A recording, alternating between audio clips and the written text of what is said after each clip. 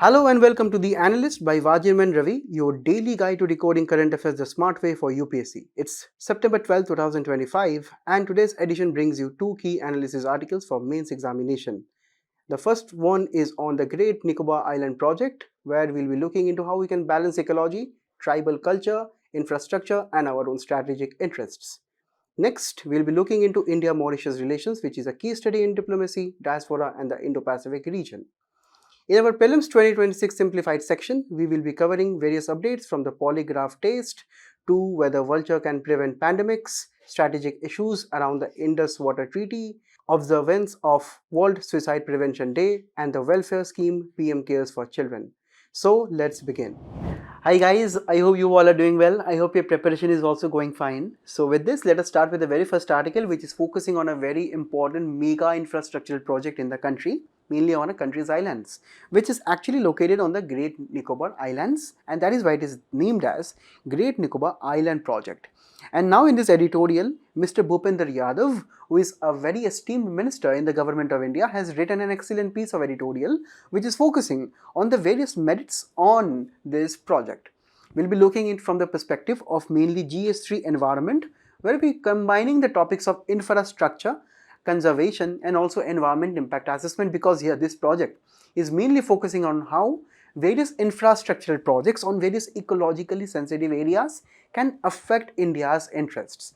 Now, in the very beginning, when we talk about prelims examination, you know that the examination is heavily focused on facts, some aspects of mapping. So that is where let us ponder about some of the location specific information of the Andaman Nicobar Islands. Firstly, we have to understand that these islands are located away from the mainline coastline. Now here we have to understand that these are consisting of around 836 islands. Now out of this, only around 31 of them are inhabited. So imagine the vast amount of islands which are totally free of human habitation.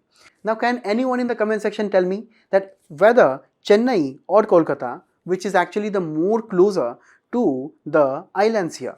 Also, when we talk about a very important source of volcanic information, we have the same at Barrel Islands, and there has been a question I will be showing in the next slide.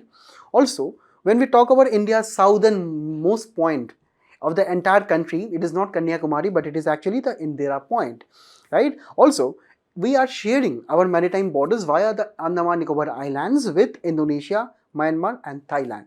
Also, in the comment section, you have to let me know the answer of this 2017 PYQ, which is actually asking you which of the various Southeast Asian regions are the closest to the Great Nicobar Islands. Also, here in this question, as I told before, this is a question on the mapping aspect and also on the barren island of the Andaman system. So let me know the answers here in the comments below.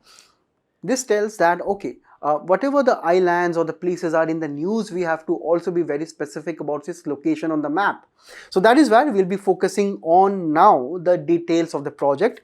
It is very important to understand firstly that formally in the country, Niti Aayog recommend that we need to have a mega infrastructural project in the islands here. Why? Because we need to have more connectivity, more jobs, more employment, and mostly we have to connect India and its most of the regions with the maritime trade. That is why we are thinking of having a mega project of international container transshipment terminal, right, which will be hosting the various ships from our country, mainly from international waters, so that these ships can have various cargoes filled and refilled and various other infrastructural projects for the shipping sector. As you can understand from this particular map here, this container terminal will be located in this area of the Galathea Bay of the Nicobar Islands, where you can see the Indira Point is located just below it. Also, we are constructing a greenfield airport, that is, we are constructing a new international airport directly from scratch, and this will be according to various international standards. Also, we are thinking of constructing various power plants, mainly the solar based and the gas based plants, so that these are actually less dependent on the various fossil fuels. Also, we are thinking of developing a township, because you know, to actually operate this terminal, airport, power plants, and also we are thinking of urbanizing some of the areas of the particular islands. We need to also build townships, areas where people can reside, people can go and work and actually have this entire amount of area for a particular township. Next, we are also doing a detailed amount of environmental impact assessment and various monitoring procedures, because this particular project will be involving the felling of trees, that is deforestation. And you know that whenever we are doing anything related to environmental say degradation, we need to conduct a particular environmental impact assessment, that we have to ascertain whether this project will be actually be beneficial for the country going forward, and how environmentally delicate this project will be. And subsequently, we have to also understand, according to the recent studies that have been done, around 2% of the total island's area will be diverted toward this project.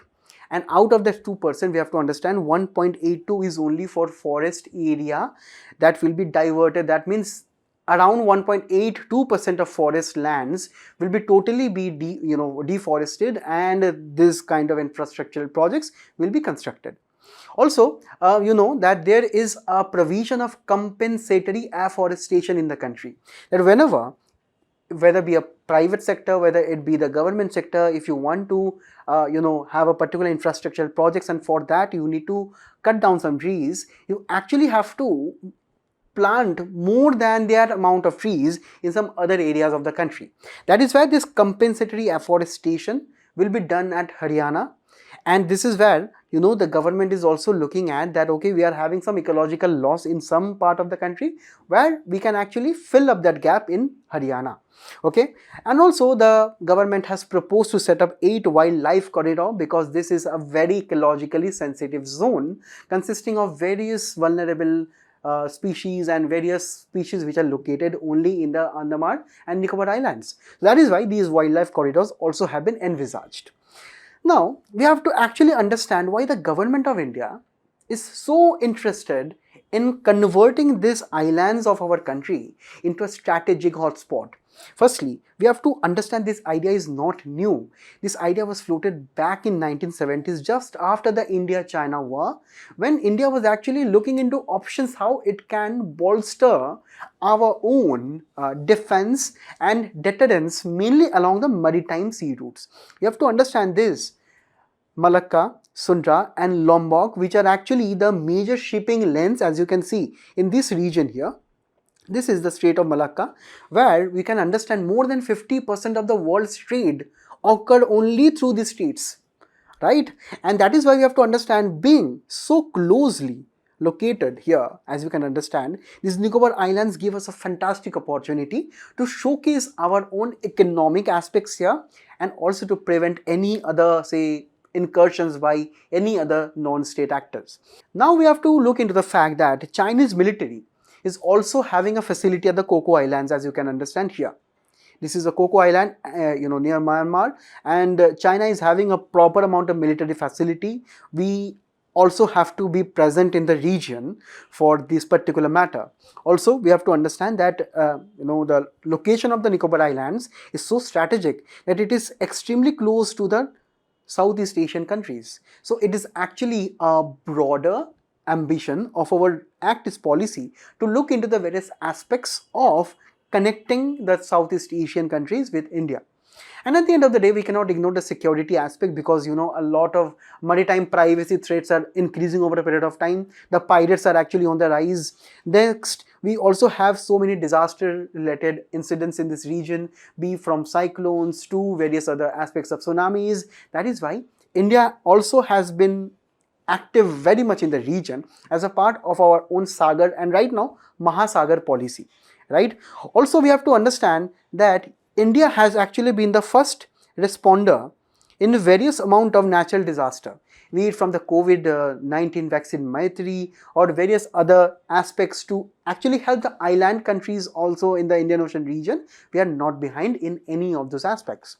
So that is why we as a country are actually putting forward these proposals. But that these islands are extremely ecologically fragile. there are some concerns with reference to that particular matter, because we have to understand, out of the around 921 square kilometers of this Great Nicobar Island, we have to understand almost 2% area will be diverted, right? Around 1.82% of forests will be affected, where various hunter-gatherer Shompen tribes are actually resident. And this we have to understand, that the Great Nicobar Biosphere Reserves also comprises around 85% of the island.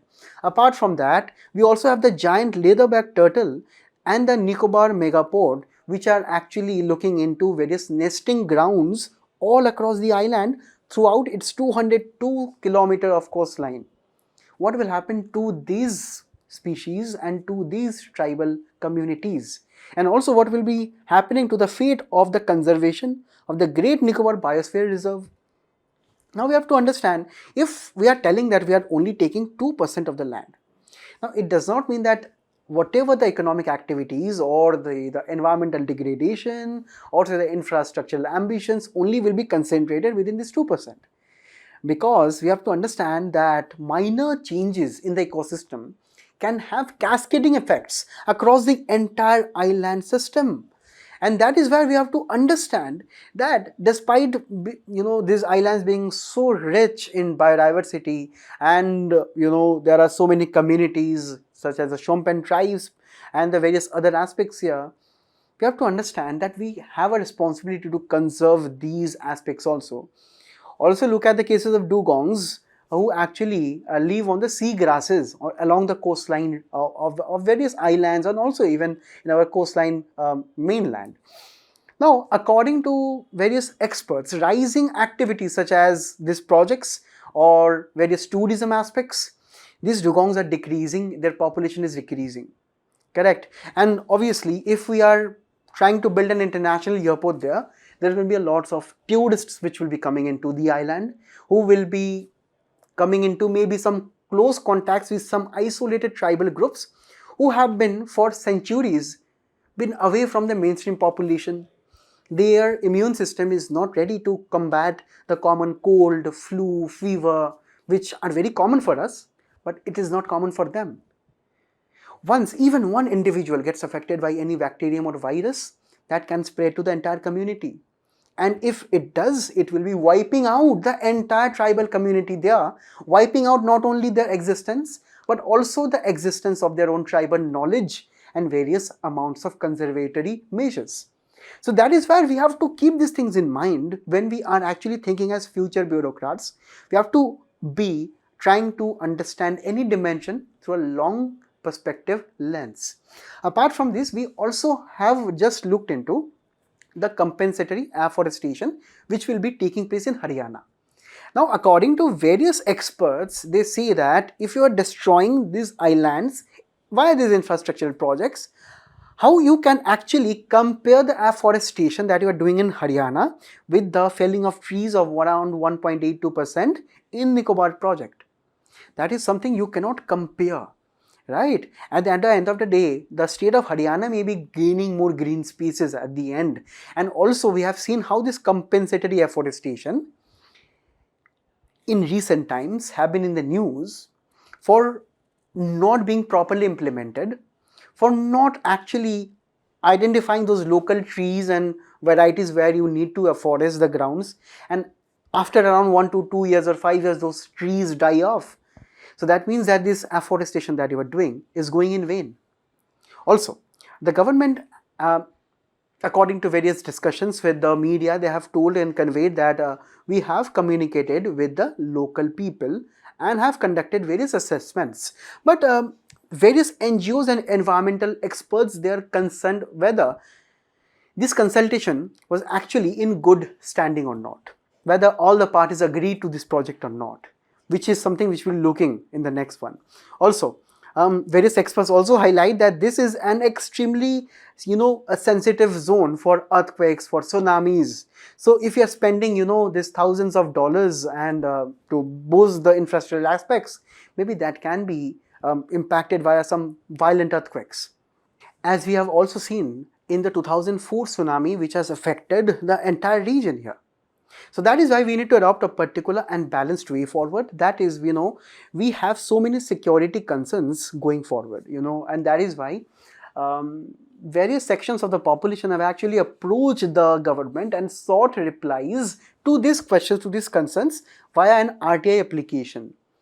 And what the government did, government denied giving any information telling that this project is concerning various security, sovereignty interests of the country, and that is why outside the ambit of the RTI Act, because section 8 of the RTI Act tells that on basis of various matters related to India's sovereignty, integrity, security and strategic concerns, you are not liable to get any reply under the RTI Act. This is one thing. So this means that we do not have proper transparency into the project here in the name of national security, according to some experts. Also, the Great Nicobar project and the various social impact assessment on local community concluded recently without even consulting various original inhabitants. That is why we need to balance the strategic interest with the local interests too, along with the social interests too. This kind of incomplete social impact assessment without taking the local people into account is totally baseless. That is why we need again a thorough review. According to various environmental experts, we need this particular aspect. On one side, we have to also understand that this project is actually important for the country. We have to counter China, we have to boost our trade, we have to actually present India on the maritime sea levels of communication. We have to build a transshipment portal. We have to have a airport township, which will be giving a lot of employment, a lot of jobs for the local people there. And they need development because they are actually living in poverty right now. So they need jobs, they need this kind of benefits. But at the end of the day, we also have to consult the local tribal councils. We have to take the ecological and social interests in mind together. So that is why we need a balanced approach here, and that is why the role of media and the civil society in highlighting the issues in this projects, which will be ongoing very soon, is very, very important. Also, according to a 2023 ruling by the National Green Tribunal, it actually constituted a high power committee to look into the various clearances that are needed for the project. And this committee should be empowered with more powers to scrutinize each clearances, to look into various review aspects here of this project, and after the same we need to give a green signal. So that is where this topic comes to a close. There is a practice question for all of you to practice in the comments below. I can give you some feedback, so let me know. Now we'll be moving on to the next article. India and Mauritius and the relations are always in the news for good reasons. Now we have to understand that recently the walk towards bilateral trade in local currencies were agreed upon, along with the various other economic packages that was given by India to the island nation of Mauritius. Now this aspect is very important for the diplomacy relations of our country with Mauritius. That is why we need to look into this perspective from the aspect of India and its neighborhood relations. Now, when we firstly begin the topic, we firstly need to understand why Mauritius matters a lot to India. Firstly, look into the mapping aspects of Mauritius. We have not only this mainland island of Mauritius, we also have so many islands located around this particular country. Now, when we look into the mapping aspects of India and Mauritius, India is located here and Mauritius is located just away the coast of Madagascar. And here this location is extremely important because why? Because Mauritius is actually known as the gateway of India to Africa. So that is why we have a long connection with Mauritius over a period of time, starting from the pre-independence era when there was a French rule in that particular country. From that time onwards, from around 1720s, various migrants from Puducherry started settling in Mauritius for a variety of reasons. Next, when during the British rule in 1834, there were many migrants who came from Andhra Pradesh, from Bihar, from Uttar Pradesh, who actually settled there for various indentured labor contracts. Now, what are these kind of contracts? These are contractual laborers who were sent by the various British business people and the merchants to work on their international or abroad assets of sugarcane plantation, coffee plantation, and various other plantations. So Mauritius back then was actually a very thriving sugarcane economy. That is why many indentured labor from variety of parts of the country, mainly from UP, Bihar, and Andhra Pradesh, went there and settled there permanently. They never came back, right? And they settled there because they found a lot of local people and the culture, mainly also from the earlier times from Puducherry. So they found a familiarity there. Over a period of time, the Indian diaspora grew there, and on 1901, when Mahatma Gandhi ji visited, he was actually very young when he visited Mauritius. And after that, our own Gandhiji's contribution in our own freedom struggle inspired the Mauritian country so much that till now they celebrate their national day, own Mauritius National Day, on March 12th. Can anyone in the comment section tell me what is the significance of this particular date? Let me see how well you are actually revising your modern Indian history. Now, there was a hint there itself. Okay, now in the post-independence era, even before Mauritius became independent in 1968, in 1948 itself, India established diplomatic relations, even before its independence, right? And it was, our own Prime Minister Nehru and Sir C. Vasagur Ramgulan, they actually established good connections between the countries. And that is why we have to understand that this is extremely important when we talk about our own strategic interest in the Indian Ocean region, right? This Indian Ocean region is in the news for all the reasons that is concerning our own strategic interests and also the growing Chinese dominance in the region. So we have to firstly understand that the location of Mauritius, just alongside Madagascar, is very strategic for India because Mauritius can actually serve as a maritime outpost for our Indian Navy and all for the various operations that Indian Navy conducts in the Indian Ocean region. For our armed forces, that is actually a strategic post. Also, India's renamed version of the Sagar, that is the Mahasagar doctrine, is also furthering the good relations and the strategic ambitions that we have to with the various Indian Ocean region countries. Now, we also have to look it from the perspective of countering China. Chinese policy of string of pearls is growing in the region. We have seen how China is actually bringing in various investments, giving debts to countries even such as Sri Lanka, and it is trying to trap India alongside a particular encircling of the maritime investment projects of China. So India also needs to counter that, and that is why we need to have a proper relation with Mauritius.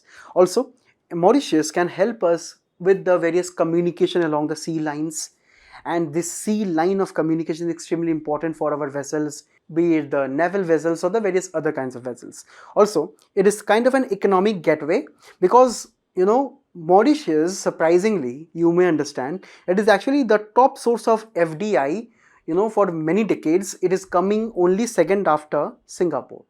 And that is why we have to understand that there are various companies who set up their base in Mauritius and then they invest in India. Correct? Because of the presence of the double taxation avoidance treaty. Correct? Also, we have the various gateways of Indian investments via the African region also. So that is why, we actually talked about Mauritius being as a gateway to Africa. Also, we cannot ignore the diaspora aspect because 70% of the Mauritian people there is actually from Indian origin. So they are actually people of Indian origin. Also, we have a strong cultural imprint. For example, Hinduism is a majority region there. Also, you may be surprised to know that Bhojpuri is widely spoken, and even there are places such as Ganga Talao are major pilgrimage sites. People from India also go there, right? So that is why this people-to-people contact, when they are established between these two countries, it is extremely hard to separate them. And the same we have to understand is not too much prominent in Maldives. That is actually one of the reasons which we had in recent times with them. Now, recently, this highlights from the Varanasi talks, we have to understand why it is so significant. Because you have to understand that the two countries signed around $680 million of economic package. Now, some of them were grant-based project where India will be contributing various grants for setting up various Ayush Center of Excellence, national hospital, veterinary school and animal hospital, helicopters. There will be various ground come LOC projects, right? Now this will be various line of credit projects where India will be extending some loans on credits, right, on interest or very low interest to Maldives, and they will be looking into construction of air traffic control tower at the international airport, of the development of their own motorways and highways and various other aspects, right? Also, budgetary assistance will be given to Mauritius. That means Indian government will be complementing the government budget of Mauritius, correct? And that will be looking into giving money for port and various other protected areas. Now, this is extremely important, and this is also going beyond the fact that both of them are agreeing right now to trade in their own local currencies, and this will be decreasing the dependence on dollar and will be improving the demand for our Indian rupee, and this can actually stabilize the Indian currency too. Also, you have just seen how Mauritius is extremely strategic in their location in the Indian Ocean region. That is why good relations always means good security in the particular waters. Also, we will be giving supports to the Mauritian exclusive economic zone, and they will also be benefiting from the same. Next, we have also emerged as a net security provider for the island nation, and at the end of the day, the cultural diplomacy by the visit of their now Prime Minister Dr. Navin Chandra Ramagulam have actually reached Ayodhya and Tirupati for various pilgrimage aspects. This means that the people to people connect, as I stated earlier, is still intact because their leader of the country is visiting our own pilgrimage sites. Now, at the end of the day, when we conclude the article, we cannot ignore how also India is important for Mauritius. Firstly, we have to understand, we have just seen how we have given so many grants and so many aspects for the development of Mauritius, and it is extremely important for India to become a development partner when we talk about this particular country. And as of now, right, we have also given around $1.1 billion of aid over the last 10 years, which is a significant aspect. We have contributed towards the construction of their various metro projects, various roadways, airports, markets, ports, various aspects, right? Also, we have to understand we are the security provider because India assists in various patrolling aspects of their exclusive economic zone. We also give assistance in various hydrographic surveys to map the ocean and the relief features, defense equipment, training, and the recent ambition of India to actually transform the outpost into the strategic outpost by the development of various airstrips and jetty at the Agalega Island. This is also very major boost for not only Mauritius but also for India. Next, we are also the first responder when we talk about various disasters such as during cyclones, various oil spill incidents, and also during COVID-19 via our Vaccine Maitri initiative, where we try to supply various COVID related vaccines to the island nation. Also, at the end of the day, we are trying to boost capacity building, and we should also be trying to carry forward this via the various information technology educational aspects, where we have trained almost 5,000 officials.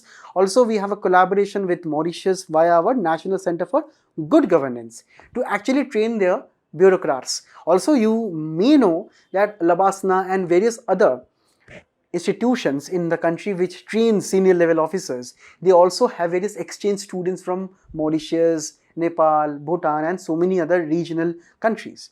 So this is where we see the good relations and the relations that need to be improved over a period of time. So that is why there is a question here in 2015, right, a prelims examination, where she is actually asking regarding the Indian Ocean Ream Association for Regional Cooperation. As you can look into this, are the various countries which are shaded here, which are actually the part of the IORARC. And let me know the answer of this in the comments below. Also, at the end of the day, we have a question as usual. Try to attempt this in the comments below and let me know the answer. I can give you some feedback. Now we'll be moving on to the simplified section. Recently, the Jammu and Kashmir High Court denied giving permission to conduct a narco test on the Pahalgam attack accused without their consent.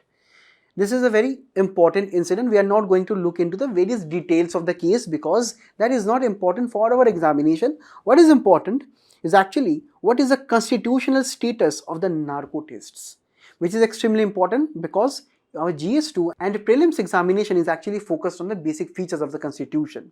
Firstly, let us look at what do you mean by polygraph test. Now, all of you are Bollywood fans, right?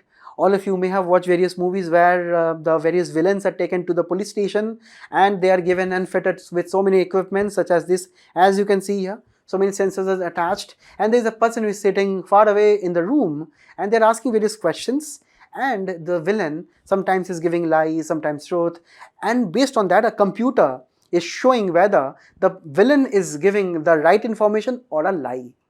So this is just in common terms a lie detector test, right? Now there are so many ways in which you can do this particular test. One is via polygraph test, one is via narco analysis, one is via brain mapping. Now in polygraph test what happens, we understand, right? When we lie to our parents, our hands shake, our eyes go down, right? We make some weird body movements here and there. So this is exactly what we understand, that when we lie, which you should not, guys, we actually have so many psychological changes in our body, right? Our hormones react frantically and our heartbeat escalates, respiration, and we start sweating if it is a very serious lie, right? That is based actually on the assumption that when you lie, you will be stressed. So polygraph test is looking into your stress factors from your body, right? Such as body movements, breathing, perspiration, and so on. So whenever you see on the monitor some spike in all of this parameter, that means you're lying, right? So in the next one, in the narco analysis, which is actually when you are actually injected with sodium pentothal, which is actually commonly also known as truth serum. That means you are sedated, you are almost put to an unconscious state, and it is also an assumption here, please do mind here, that any person in a sedative state or in an unconscious state cannot lie, because to lie you need to be clever and you need to actually innovate some answers and so on. You have to think on spot, right? Some students here can relate to what I'm telling here, right? Okay. Next, we also have brain mapping. Now this is quite advanced, This brain mapping is actually combining with brain imaging technologies such as EEG, scans, and so on. So that means that, the basic assumption is here that brain knowledge and the various lies and all those things that you are telling, right, can be recognized and be detected via various scans. Now, in all these three tests, none of them are actually scientifically accepted that, okay, if there is some adverse data given here in this test, that means that person is lying. The scientifically proof is not there. Why? Because we have to understand that this kind of tests have given so many false positives and negatives, right? When they were lying, actually the tests were showing they were telling the truth. When they were telling the truth, the tests were showing they were telling a lie. These are actually known as false positives and negatives. Also, psychologically responses vary from person to person. One person can be expert at lying, right? That person can never skip a heartbeat or not sweat or anything, right? But other persons can also feel the same, right? Even while they are telling the truth, they are misunderstood that they are lying, right? So stress, anxiety, medical conditions vary from people to people. Also, the police and the various law enforcement agencies, they take help of this because they are actually softer alternative to torture. They feel that instead of beating and thrashing the individual, we can actually sedate them and we can actually do a kind of a lie detector test to actually know whether they are speaking the truth or not. But what do you think that if it is true or not? Because there is a constitutional provision in our Article 20, subclause 3. It is telling that no person accused of any offense shall be compelled to be a witness against himself. That means, for example, if I am, as a person, right, has been accused of stealing something. Now the police has caught me and the police is conducting the narco test on me. Now the police expects that I will admit my own crime. That is what is known as self-incrimination. Now the police can do so many things, right? They can harass me, they can give me threats, right? They can give me so many other things, right? And in the sedative conditions and all those things, police can influence me, manipulate me to actually be a witness against myself itself, right? So this is actually a constitutional right that you have. you have actually the right against self-incrimination, and this kind of tests totally go against that particular thing, and this has been highlighted in so many Supreme Court cases too. For example, in the 1997 Supreme Court case, the Supreme Court highlighted the various provisions in the D.K. Basu case that we need to have against custodial torture. One more case came up related to this case only, related to this narco test. Now, in the D.K. Basu case, the Supreme Court clearly told that involuntary admission, that is, without taking the consent of myself, you cannot do narco analysis or any kind of test on me. Right? You have to take my written and signature. Right? Also, the State of Bombay case of 1961, it is also telling about the difference between the physical evidence, that is murder weapon and various other aspects, versus the communicative or testimonial evidence, that is my own responses. So this particular evidence must be distinguished. Physical evidence is legal, that is totally legal and constitutional, but this communicative or whatever I tell or whatever I give testimony is not admissible in courts until and unless you have my consent. Right? Also, the most important case is the Selvi case of 2010. Now, in this case, Selvi versus the state of Karnataka, Supreme Court told that this kind of tests are totally violative of Article 20 subclause 3. So, these tests cannot be done because the golden rule is that you have to take the consent of the accused. Also, after even that particular test, right, it will not be a conclusive evidence. You have to still gather physical evidence, such as gathering murder weapon or some fingerprints or some DNA fragments from the crime scene and so on. Right? Now, exception will be any kind of physical evidence under the BNS Act as of now. Correct? Also, Supreme Court told various other things, not only Article 20 subclause 3, it is also violative of Article 21, because Article 21, which is giving you the right to proper life and dignity, it is also including, the prevention against cruel, inhuman and degrading treatment, such as torture at prisons, such as forceful confessions and so on. Also, they told that it is also against the right to privacy. According to Puttaswamy case, we know that we have right now the right to privacy as a subset of the Article 21 of our Constitution. Now, this kind of forced intrusion into one's mental process via this kind of tests are totally against that, and it is totally violating the concept of mental privacy. Right? So these are the various reasons you have to keep in mind why these tests are not actually legal in the country, and that is why recently the Jammu and Kashmir court also totally cancelled that. Now we'll be moving on to the various NHRC guidelines for the polygraph test. Now, according to NHRC, any accused person must willingly agree, and they also have the right to refuse with it without any negative interference by the police. Also, the consent must be informed consent. The police, the lawyers, they must be writing in the details how this test is working, what are the questions that they will be asking also, and the various implications of that test going forward. Also, recorded consent must be given in front of the judicial magistrate. Documentation must be there. When the police would want to prove anything in the court, the documentary must be there that the consent was voluntary. And also at the end of the day, the clarification of statement must be done. That is, any statement made is a statement to the police, and this must be communicated to the accused, right? So they actually know what they are speaking in front of the police. At the end of the day, judicial consideration means that the judge will be considering all the circumstances, the length of the detention, the nature of questioning before giving into any kind of verdict. So even after this test, the final aspect is with the judge of the court. Now we'll be moving on to the next article. This article in the Hindu is actually a very, very detailed one on how the vultures in the country can help us prevent pandemic. This is a very important article when we talk about environmental ecology and also the need for conservation of the vultures in the country, where we have to understand in recent times that their numbers are actually on the decline.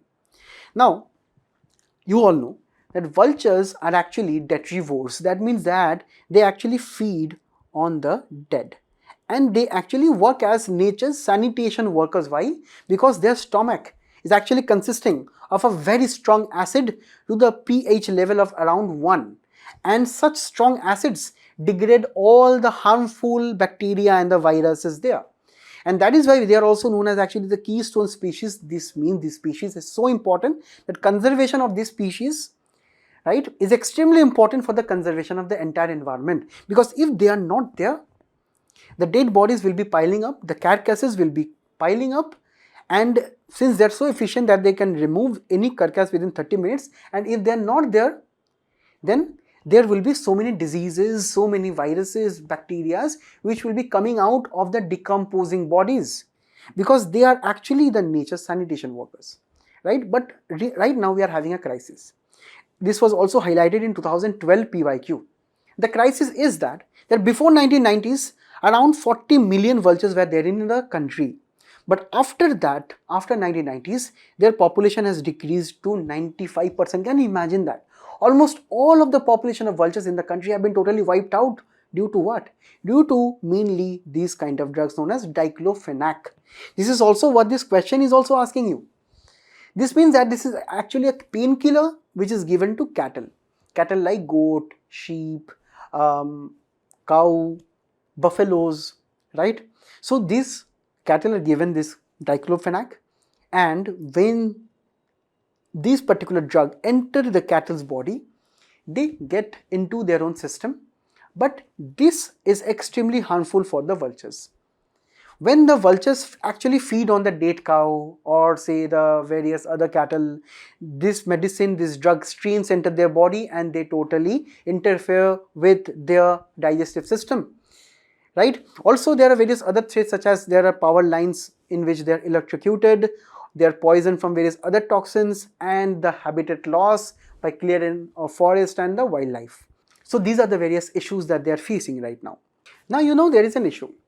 There is an international highway for birds which is known as Central Asian Flyway. As you can see here, it's connecting from Europe to around Indian Ocean region to around India. And you know there are many birds, right, including vultures, who fly from these regions which are spanning around 30 countries during winter times, and they come into India and various other countries.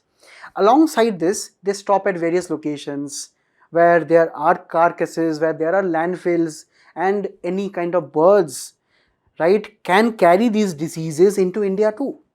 This means that this can be a Central Asian flyway. This also can be a central pandemic flyway too, because all these countries and their virus and bacteria can be easily be transmitted, and that is why the vultures come into the picture. And why they are so important? Because you know these vultures feed on the carcasses, so they can actually remove all the carcasses on the way, right? That is why we need to conserve them. We need to look into their well-being. In India, we actually had a national action plan for vulture conservation that ran from 2016 to this year. Correct? Now we need to actually look into the cost-benefit analysis, whether we should be trying to conserve the vultures and ensure that their role in the Central Asian flyway in removing the viruses, bacteria and the carcasses is active, or we should be dealing with a pandemic when it is coming.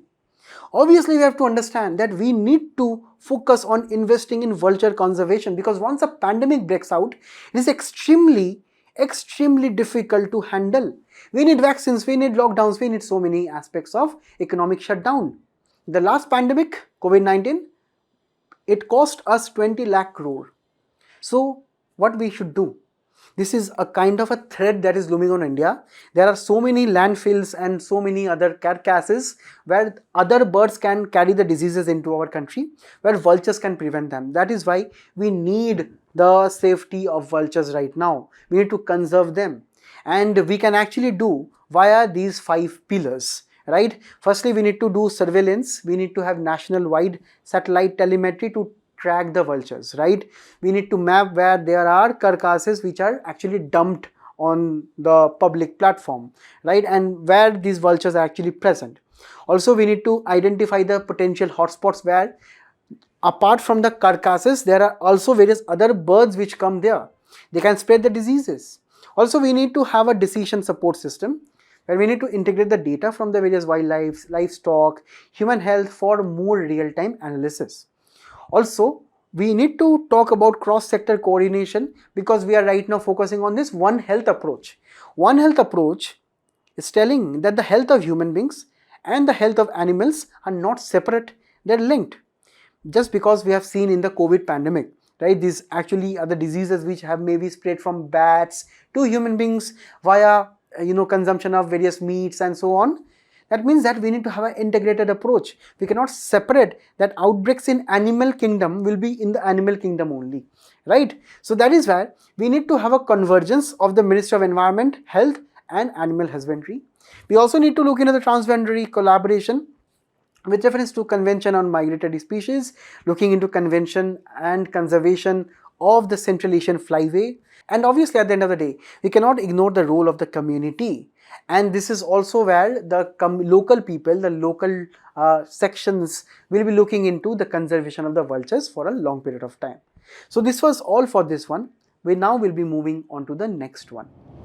This explained article from the Indian Express is looking into the Indus Water Treaty and what would India do with the treaty going forward, because after the Pahalgam attack, India suspended the treaty with Pakistan, and this is a very important treaty. We'll be looking into the reasons why we need to now think again after the treaty. Now this is very important for prelims when we talk about the mapping aspects. For GS2, we need to look into India and its neighborhood relations. Firstly, when we talk about the treaty, it was signed in 1960, which was actually a deal brokered by the World Bank. Now you know this treaty is looking into the eastern rivers and the western rivers. The eastern rivers of Satluj, Beas, Ravi, and western rivers of Indus, Jhelum and Chenab, where India and Pakistan will be having the water sharing of these rivers due to various use of the water in the various kinds of regions of India and Pakistan. In India, we need the water for irrigation in Punjab, Haryana, Rajasthan. In Pakistan, the primary use of 80% of the water will be the lifeline of Pakistan. Why? Because all of its regions, as you can see, most of the important regions in Pakistan is actually drained by these rivers, right? Apart from this, we also have the Permanent Indus Commission, which is the head body here, which is looking into all of the issues of this particular treaty between the two countries. We also have the dispute resolution mechanism, which is actually settling the dispute between the two countries. Now here, this Indus Water Treaty allowed around 80% of the water in the 6 rivers to be flowing uninterrupted to Pakistan, right? So here, we have to understand that after the Pahalgam attack, right, this treaty was totally held in abeyance. But when we go back into history, we have to understand what were the narratives back then. What we have to understand is here how India and Pakistan looked at the treaty from the very beginning. When we talk about our own perspective under Nehru's prime ministership, he actually thought of the treaty as a gesture for peace, because the treaty is important for conservation of waters in our own country, in the state of Jammu and Kashmir, and also the water must be flowing free to Pakistan because millions of people actually dependent on the rivers.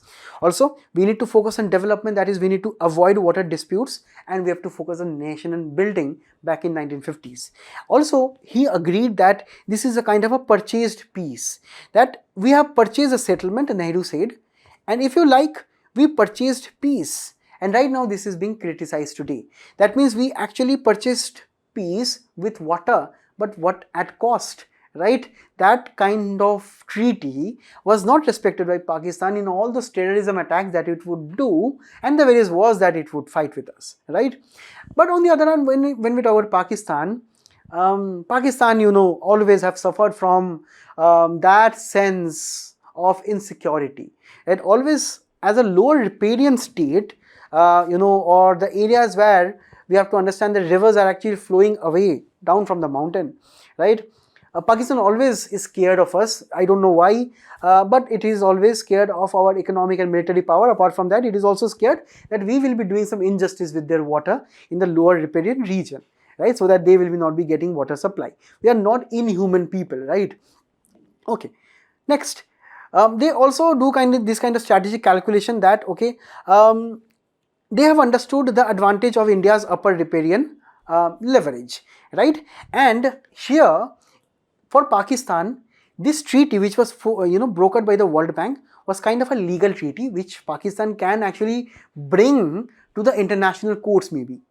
Also, this treaty was actually no celebration in Pakistan. They never accepted this 80-20 split, as this kind of split acknowledged India's strategic advantage that we are actually getting 80% of the waters, but 20% of the water is with India, and 20% of the water is actually controlling the 80% of the water, because it is coming from, a higher riparian state. Okay, so that is why the Pakistan always cries over this victimhood narrative, right? We cannot help that. But as of now, the treaty have had survived for many years, more than 60 years, and this was actually mainly due to India's efforts. Because India tried to always comply, whether it was related to hydropower projects or various other projects during monsoon or various aspects. India always cooperated with Pakistan on this water, because we actually acknowledged the importance of water for the livelihood. Also, World Bank and its insistence on following various legal procedures were always maintained by India too. And this treaty is actually one of the rare treaties in the entire world where we have so many provisions and legal aspects which are clearly defined in detail. Correct? But guys, even after the suspension of the treaty, we actually tried to release waters on humanitarian grounds also. We have to also alert Pakistan recently about the high flood in the Tavi region. So in this particular relations also, we have tried to maintain that. But on the other hand, Pakistan's strategy is always war. Is always fighting with India. I do not know why. What is the reason for that, right? This particular treaty is internationally cited for a model of cross-boundary sharing of waters. But Pakistan is not giving the credit to India. It always sees India as using this treaty as a weapon. Always Pakistan hopes that this will be a kind of a weapon for it in Kashmir, right? And at the end of the day, Pakistan always brings this matter to the dispute resolution under Article 9 of the treaty. And that is why we have to understand that, and going forward, maybe we need to renegotiate with Pakistan based on the treaty itself. Correct? We need to right now insert a terrorism linked clause that in instances of any terrorism, we will be suspending the treaty. Also, we need to understand that from an advantage with reference to strategic here, we are actually concerning with various investment in the hydropower project, because it is having a potential of more than 20,000 megawatts. Also, maybe the long-term stalemate will be that we will be stuck forever in the Cold War with Pakistan, and that is why we need to sort out the modalities. We need to bring on the table to Pakistan, no matter how they are crying and everything, but we need to actually sort out the issue at the earliest. Now we will be moving on to the PYQ. The answer of it, please do let me in the comments below by taking the hint of this diagram. Now on to the next article. Guys, today is World Suicide Prevention Day, and it is a very important day for those people who are actually facing various mental issues. It is very normal to feel this kind of issues, because your mind, your brain is actually part of your body. And if you can have issues in your heart, your lungs, your skin, it is very normal to have issues with your brains also, because it is actually at the end of the day a bodily organ. And that is why we have so many aspects to discuss on mental health today from the perspective of GS1 Indian society. Firstly, according to WHO, mental health is actually a state of well-being in which every individual realizes their own potential to develop themselves, and they can actually cope up with any normal stress of life, can work productively, and is able to contribute to their community. Such important definitions are very, very crucial for your mains answers. If you can look at the data of mental health issues in the country, almost 150 to 200 adults are affected, around 15% in India.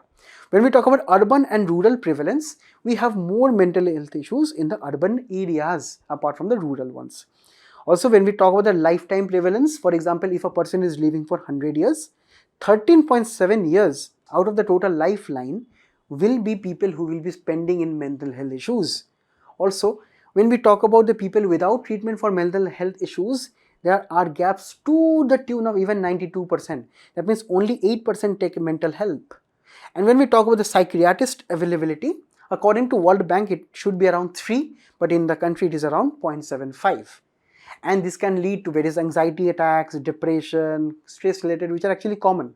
When we talk about severe conditions, these can lead to bipolar disorder, schizophrenia, personality disorders, which can all be prevented if you take help at the earliest. Right? Now, when we talk about what is actually driving this in India, Firstly, we have the urban stress, competition, urbanization, overcrowding, pollution, and this loneliness which is increasing over a period of time. This isolate us from the normal natural processes of life. Also, there is a lot of financial pressure in the recent times. Job insecurity is always there. Unemployment crisis is always there. Agrarian distress in cases of monsoon or too much of flooding, and rising cost of living is definitely there. When we have to understand cost of education, healthcare, all are rising, and people who cannot afford a good education for their child, they suffer from mental health issues. Okay, this is just one example. Next, when we talk about professional competition, they also, we as normal human beings, we always face competition, stress related to examination. You also know that UPSC is such a competitive examination. Keeping mental balance, keeping mental sanity is the only way to crack this examination, guys. Only revising your notes, only solving the questions, they won't do anything until and unless you are calm inside. Only if you are calm inside, only if you can believe in yourself, and if you cannot keep that, do reach out to us. We can help you. I can talk to you directly to hear you out, because this kind of stress and all these things, are related to one quote that I should tell you and you all should remember, that we suffer only in our imagination, right? We suffer only in our imagination. Otherwise, this kind of stress and all those things that can be easily be dealt up with a smile, right? So do not worry about those things. These are just the issues which are rising in the country just because people do not want to seek help, right? Also, the digital overload right now, this social media, the world of fake show off, these are putting people off, right? They are putting people off into some dreams, some cheeses which they do not even know they exist, right? Then there are issues of cyberbullying, misinformation, and all those things. Next, we also have a stigma, which is a very dangerous stigma in Indian society. I do not know why, but we think that these mental health issues are kind of, say, a symptom of madness, but it is not at all, right? It is not at all. It is not madness. It is just the same thing. You have to understand, brain is a part of our body. If we can have some issues with our organs, our brain is also actually one organ. It is completely normal. Also, right now when we focus on the government has taken so many initiatives starting from 1982, when the government tried to recognize mental health as a general healthcare issue too. Also, the district mental health program took this policy to the local level, which is a field arm of the National Mental Health Program. Also, we have the National Mental Health Care Act 2017, which is decriminalizing suicide, mandating health insurance parity with the various aspects, and also guaranteeing right to access care in terms of these issues. Also, we have the National Suicide Prevention Strategy 2022, which is trying to reduce suicide mortality by 10% by 2030. At the end of the day, we also have a teleconsultation facility known as a Telemanas, which is a 24/7 open hotline, helpline, where you can actually contact the people if you are having any mental health issues. On the international level, we also have the WHO with a target of 2013 to 2030 to eliminate mental health issues in the entire world. Now, on the other hand, we have various other government initiatives also from the various state governments. For example, from Karnataka, which is the NSPRITE in collaboration with the NIMHANS, a National Center for Suicide Prevention. Also, we have the Suraksha portal, which is a community-based portal in the various aspects of public-private partnership. We also have the USHAS project, which is looking into the counseling and all the related aspects of mental health. We also have Kerala. We have the Jeevan Raksha community gatekeeper model. We have the various other programs where we actually bring in volunteers to help the people dealing with these kind of issues. Also, we have the state of Tamil Nadu, where they have integrated Telemanas into school education and social welfare departments. So these are all the things that are actually telling us that the state governments are taking actually a proactive step. That is why all of the states must be having a multi-pronged national strategy. Firstly, we need to increase funding towards these missions. We have to strengthen the district health care program, right? Have to strengthen the implementation by giving more powers to the district magistrate.